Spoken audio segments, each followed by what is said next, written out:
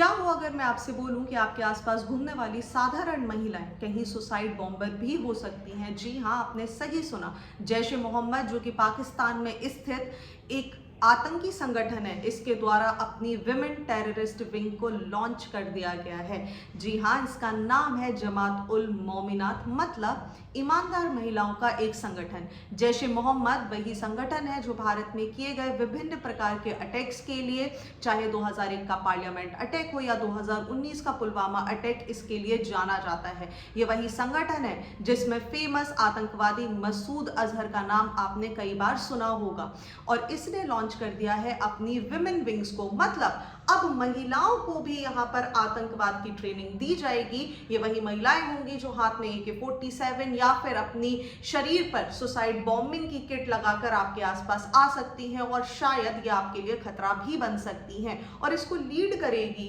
कोई और नहीं बल्कि मसूद अजहर की बहन सादिया अजहर, और इसके लिए रिक्रूटमेंट भी शुरू हो चुके हैं पाकिस्तान में 8 अक्टूबर के साथ। अब आप सोच रहे होंगे कि ऐसा क्यों?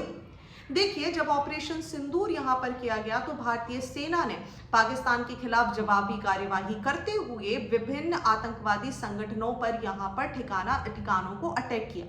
अब जब इन ठिकानों पर अटैक किया गया तो उसमें एक ठिकाना था जैश ए मोहम्मद का हेडक्वार्टर मरकाज सुबहानल्लाह, जो कि पाकिस्तान की सदर्न पंजाब प्रोविंस के 100 किलोमीटर के अंदर ही आता है। हालांकि पाकिस्तान कभी भी एक्सेप्ट नहीं करता।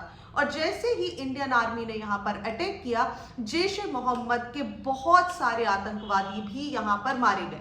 और ये बात मैं नहीं बोल रही हूँ, जैश ए मोहम्मद के कमांडर इलियास कश्मीरी ने भी क्लेम किया कि मसूद अजहर के विभिन्न जो फैमिली मेंबर्स हैं उनकी यहाँ पर हत्या हो गई है इंडियन आर्मी के अटैक के द्वारा।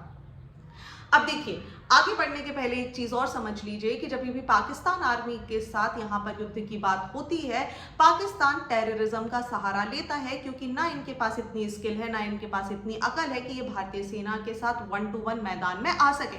और जब भी ये मैदान में आए हैं, चाहे कारगिल की बात हो, बालाकोट की बात हो या ऑपरेशन सिंदूर की बात हो, इन्हें मुंह की ही खानी पड़ी है। ऐसे में पाकिस्तानी सेना की कोशिश रहती है कि आतंकवादी संगठनों से बार बार भारत पे हमले करवाए जाएं और भारत को अंदर से कमजोर किया जाए, और इसी की नींव रखते हुए यहां पर लॉन्च किया गया है इस विमेन विंग को। अब देखिए, सादिया अजहर के साथ आखिर हुआ क्या था। सादिया अजहर मसूद अजहर की बहन है, और इनके हस्बैंड यूसुफ अजहर की ऑपरेशन सिंदूर के टाइम जो स्ट्राइक की गई भारतीय सेना के द्वारा, उसमें यहाँ पर इसकी मौत हो गई। जैसे ही इंडियन आर्मी ने यहाँ पर अटैक किया, अब सादिया अजहर ने यहाँ पर ठान लिया कि मैं बदला लेकर रहूंगी, और ये बदला ऐसा होगा कि अब एक संगठन बनाया जाएगा, और अब महिलाएं भी फ्रंट फुट पर आकर भारत के खिलाफ आतंकवादी कार्यवाही करेंगी। अब एक पूरा का पूरा प्रेस रिलीज यहां पर लॉन्च किया गया और बोला गया कि 8 तारीख से यहां पर रिक्रूटमेंट शुरू किए जा रहे हैं। अब सवाल ये उठता है कि आखिर भर्ती किसकी की जाएगी। देखिए, इस रिक्रूटमेंट ड्राइव का बेसिकली उद्देश्य है जैश ए मोहम्मद के जो आतंकवादी थे, जो कमांडर्स थे जिनकी यहाँ पर डेथ हो चुकी है, या फिर जो ऑलरेडी एग्जिस्टिंग यहाँ पर आतंकवादी हैं, उनकी पत्नियों को यहाँ पर रिक्रूट करना। दूसरा टारगेट किया जाएगा जो कि आर्थिक रूप से कमजोर है, इकोनॉमिकली वल्नरेबल महिलाएं हैं उन्हें। साथ ही साथ उन महिलाओं को भी और बच्चियों को टारगेट किया जाएगा जो मदरसों या फिर किसी अन्य संस्थानों में यहाँ पर पढ़ रही हैं, स्पेसिफिकली भावलपुर, कराची, मुजफ्फराबाद, कोटली, हरिपुर और मनशेरा में। ये वही एरिया है जहां पर जैश ए मोहम्मद बहुत ही ज्यादा एक्टिव देखने के लिए मिलता है। अब ये थोड़ा सा सुनने में विचित्र सा लगेगा, क्योंकि जैश ए मोहम्मद देवबंदी रूटेड एक टेररिस्ट ऑर्गेनाइजेशन है। मतलब ये वही ऑर्गेनाइजेशन है जहां पर महिलाओं को हथियार उठाने या जिहाद के लिए कार्य करने से रोका जाता है। बेसिकली उनका रोल होता है कि आप घर में रहिए, घर का कार्य कीजिए, और वहीं पर जो पुरुष लड़ाके होते हैं ये जिहाद की लड़ाई लड़ने के लिए बाहर चले जाते हैं। लेकिन जैसे ही पहलगाम का टेरर अटैक यहाँ पर इनके द्वारा किया गया, ऑपरेशन सिंदूर भारतीय सेना के द्वारा किया गया, पूरा का पूरा इनका संगठन हिल गया, और इन्हें एहसास हो गया कि अब भारत के खिलाफ अगर हमें लड़ना है तो शायद हमें महिलाओं की भी मदद लेनी पड़ेगी। अब ये वही महिलाएं हैं जो आपके और हमारे बीच में आसानी से घूमती हुई हमें देखने के लिए मिल सकती हैं। ये पहला ऑर्गेनाइजेशन नहीं है। इसके अलावा अगर हम बात करें तो ISIS या फिर इस्लामिक स्टेट जिसे बोला जाता है, बोको हराम की बात करें या फिर हमस की बात करें या फिर फेमस LTTE की बात करें, यहाँ पर भी महिलाओं को सुसाइड बॉम्बर्स बनाकर रिक्रूट किया जाता रहा है। लेकिन जैश ए मोहम्मद की बात करें, लश्कर ए तैयबा जिसका अभी एसोसिएशन हमें पहलगाम अटैक से भी देखने के लिए मिला है, या फिर हिजबुल मुजाहिदीन की बात करें, इन्होंने ज्यादातर इग्नोर किया है और अवॉइड किया है कि महिलाओं का रिक्रूटमेंट नहीं किया जाएगा, क्योंकि ये जिस आइडियोलॉजी से बिलोंग करते हैं वहां पर महिलाओं को जिहाद के कार्य के लिए उपयुक्त नहीं समझा जाता है। चलिए, यहां तक भी सारी सब कुछ बात ठीक है। अब जैश ए मोहम्मद यहां पर पूरी कोशिशों में भी लगा हुआ है कि फीमेल सुसाइड बॉम्बर्स को ट्रेनिंग दी जाए।